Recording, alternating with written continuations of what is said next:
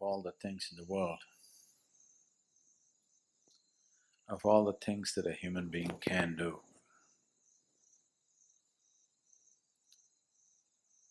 why yoga?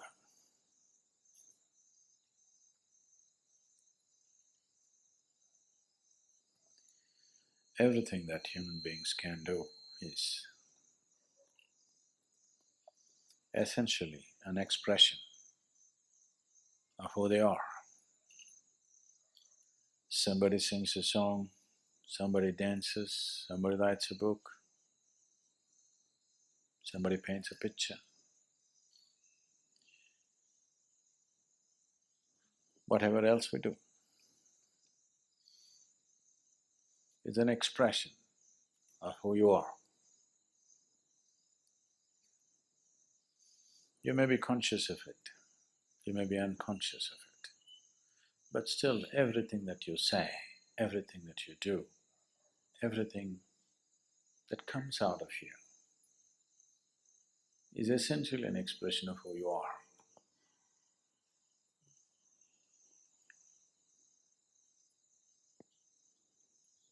So yoga, in that way, is diametrically opposite to this, because it's not an expression of who you are. It's about determining as to who you are. It's about determining as to what you want to be. Changing the very fundamentals of one's existence. Today, there is substantial medical and scientific evidence to show that the very fundamentals of the activity of your brain, your chemistry, even your genetic content can be changed by practicing different systems of yoga.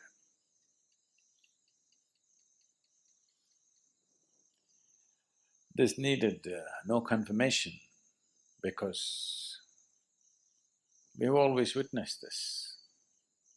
But today there is scientific data to prove this.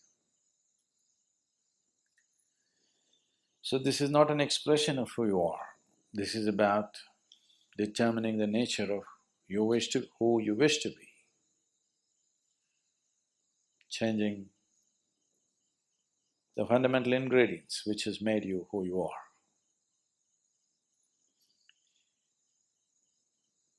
So yoga as a system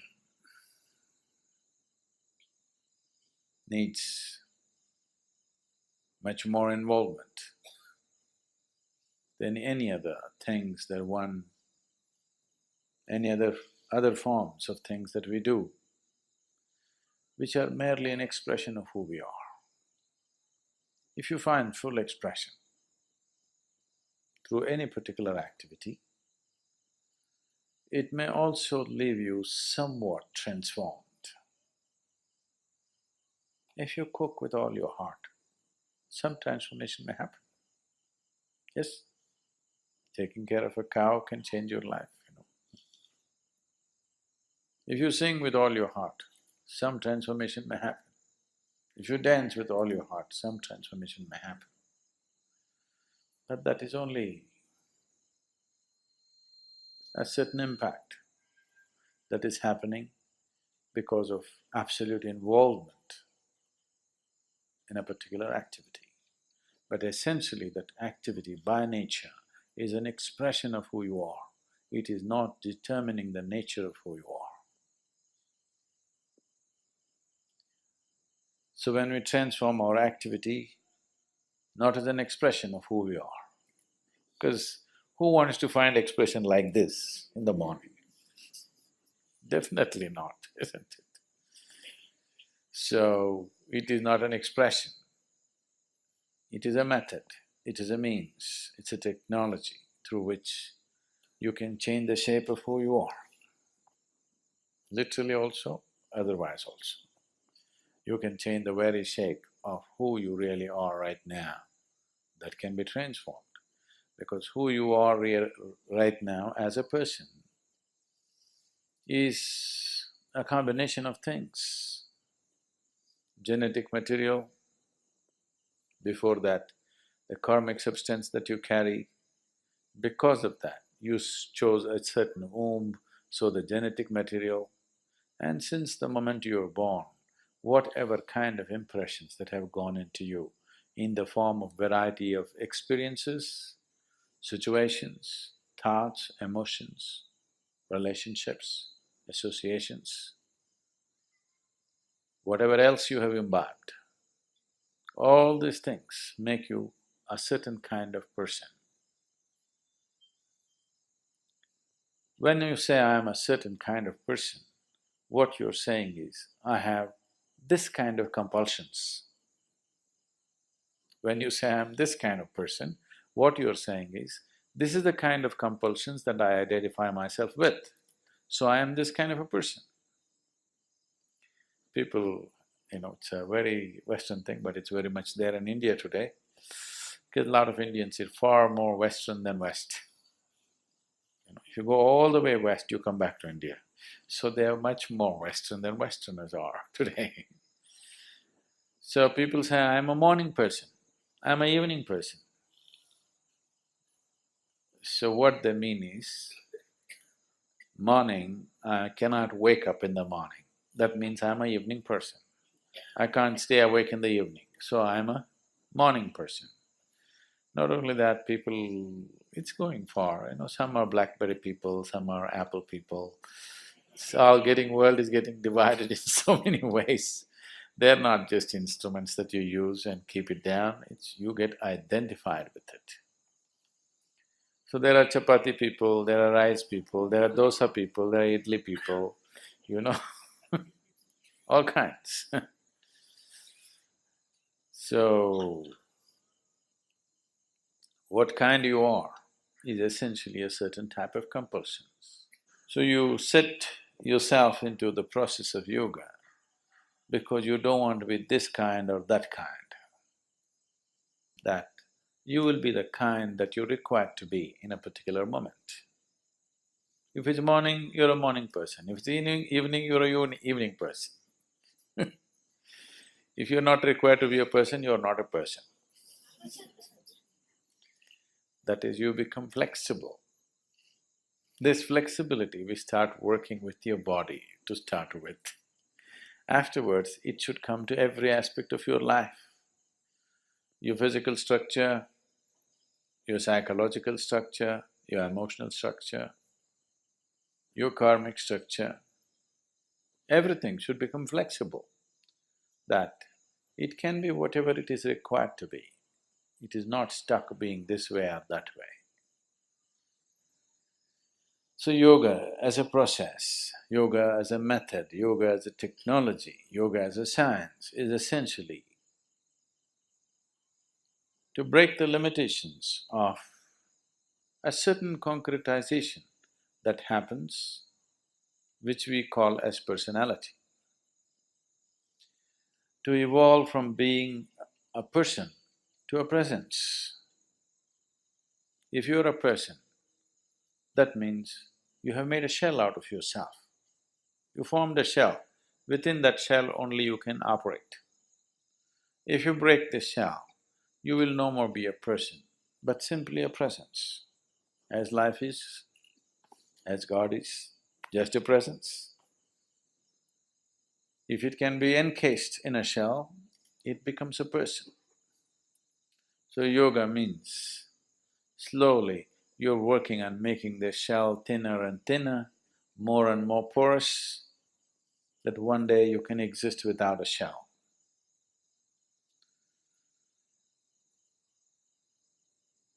So essentially, in your experience, yoga means morning.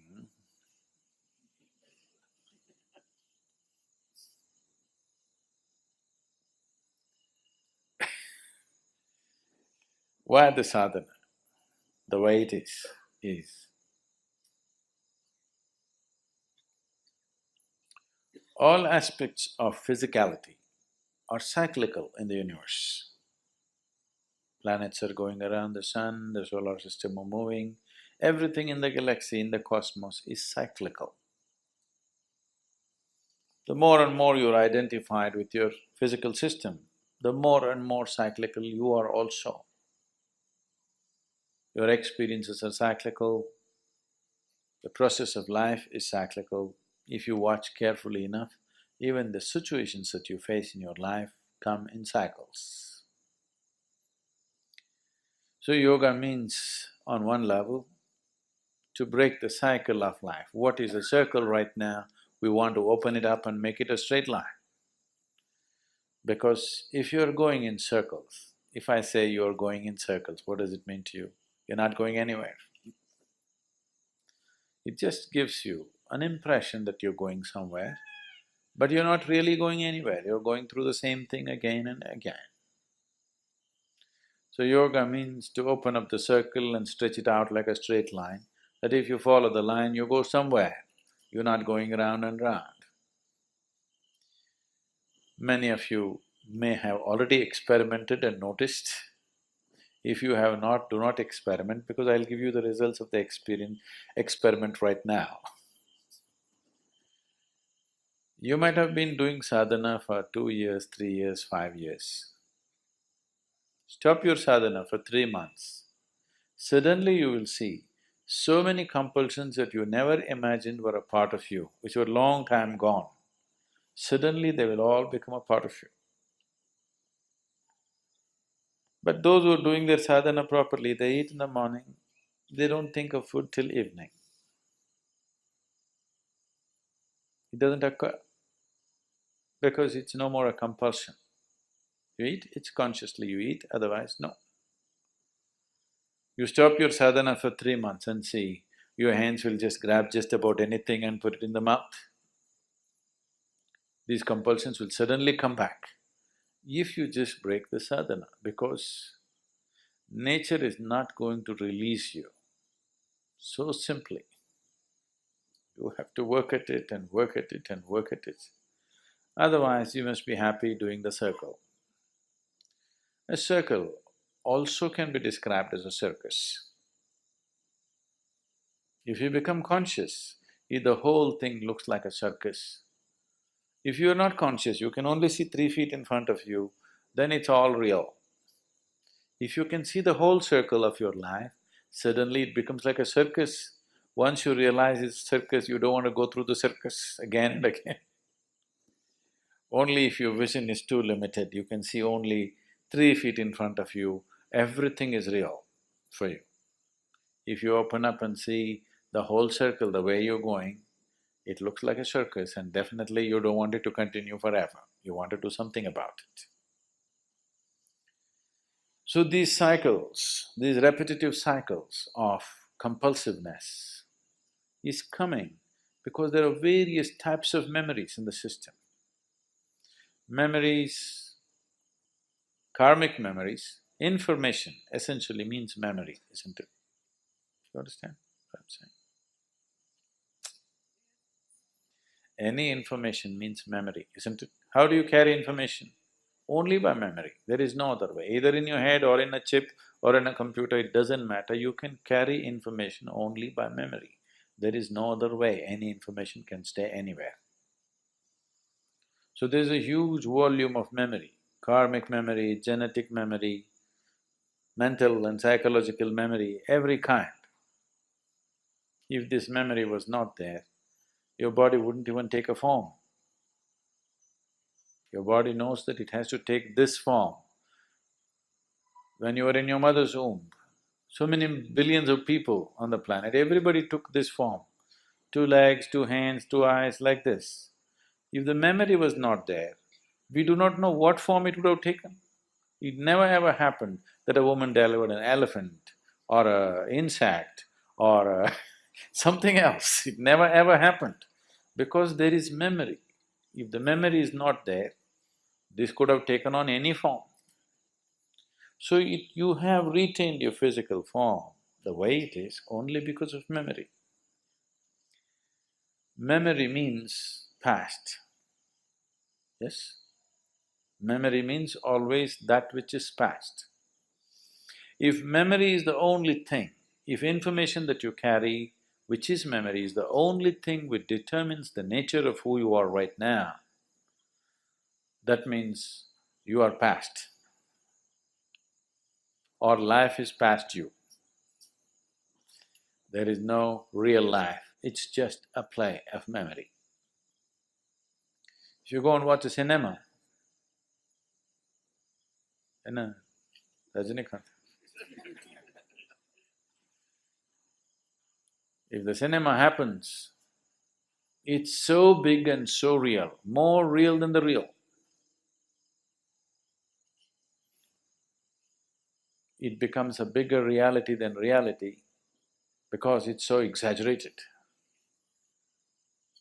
But all this is just memory being played out. It's recorded in a film or a digital format or whichever way. It's just memory, it's already over. So even in your mind, your thoughts, your emotions, your compulsions as to what you like, what you don't like, whom you don't love, this is all by memory, isn't it? It's already past. Yesterday you loved somebody, with that memory you're living today. Yesterday you disliked somebody, with that memory you're living today. So you're trying to live that which is over. If you try to live that which is over, that which is will bypass you. So yoga means to liberate yourself from that information which determines who I am right now. That information which determines the color of my skin, that information which determines the shape of my body, that information should not determine how I think, how I feel, how I experience my life, but unfortunately it is. So if you become like this, that information does not determine how you are right now, then you are moving into yoga. So daily working, daily morning sadhana is just this, to slowly, gradually, to create the distance from that information. You don't have to lose it. People say, I want to forget. If you forget, you will once again do the same idiotic things all over again. Never ever forget. The more unpleasant your life has been, the more you should never forget. If you forget, you will do the same stupid things all over again. This is not about forgetfulness, but being able to carry. See, suppose today you have memory sticks. If it's all the time plugged in and all of it playing, you'll go crazy. You can carry it in your pocket, no problem. When you want, you stick it in your computer, otherwise you put it in your pocket, this is good, no problem. Memory is still there, but not compulsively working through you. When you want consciously, you can activate it, otherwise it lies there. So if this becomes like this, if you want, you can activate all of it, otherwise you can keep it aside. Then once that freedom comes, memory is not a problem. But right now memory is a problem because it's playing up all the time. Yesterday's love, yesterday's dislike, everything is determined who you are today. It will not allow you to experience what is today. It will not allow you any possibility of life, it will just keep on, you are like a broken record, just going on the same thing. I dislike this person, I dislike this person, I dislike this person. Only yesterday you disliked him. Today it's not necessary to dislike him. Yesterday he was doing something, we disliked him. There is no need to dislike him today, but the memory is playing up and saying, I dislike him, I dislike him. Whether you like him or you dislike him, both ways, it is an old record playing, which will not allow you any perception unless you begin to perceive life in larger and larger doses. There is really no experience of life, just mind playing over and over, same record. So yoga means breaking this cycle, and nature will not release you from that, just like that. It needs a certain amount of work. If you want to be just like that released, then you have to release yourself from the body itself. Staying in the body, which is the way it is only because of its memory, and not being a part of that memory. It is the foundations of information that we carry which has constructed this body the way it is. To live in it and not to be off it will not come easy. I'm not saying it's difficult, but it needs to be worked at.